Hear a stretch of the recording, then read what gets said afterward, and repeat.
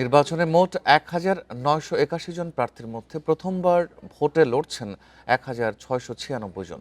এর মধ্যে ৮৭% রাজনৈতিক দল ও ১৩% স্বতন্ত্র প্রার্থী বলে জানিয়েছে টিআইবি। দুপুরে রাজধানীর ধানমন্ডিতে সংবাদ সম্মেলনে এসব তথ্য জানায় সংস্থাটি। টিআইবি জানায় প্রার্থীদের ৪২% স্নাতক পাস এবং ৪৮% ব্যবসায়ী। মাত্র ১.৫% প্রার্থী রাজনীতিকে পেশা হিসেবে উল্লেখ করেছেন। বছরে ১ কোটি টাকা বা তার বেশি আয় করেন এমন প্রার্থী ১২৪ জন। ১০০ কোটি টাকার বেশি অস্থাবর সম্পদ রয়েছে ১৩ জনের। আর মোট ২৭ জন প্রার্থী শত কোটি টাকার মালিক। দলভিত্তিক হিসেবে বিএনপির ৭১.৮%, জামায়াতের ১৯.৮% প্রার্থী কোটিপতি। এছাড়া ৫৩০ জন প্রার্থীর বিরুদ্ধে মামলা রয়েছে, যা মোট প্রার্থীর ২২.৬৬%।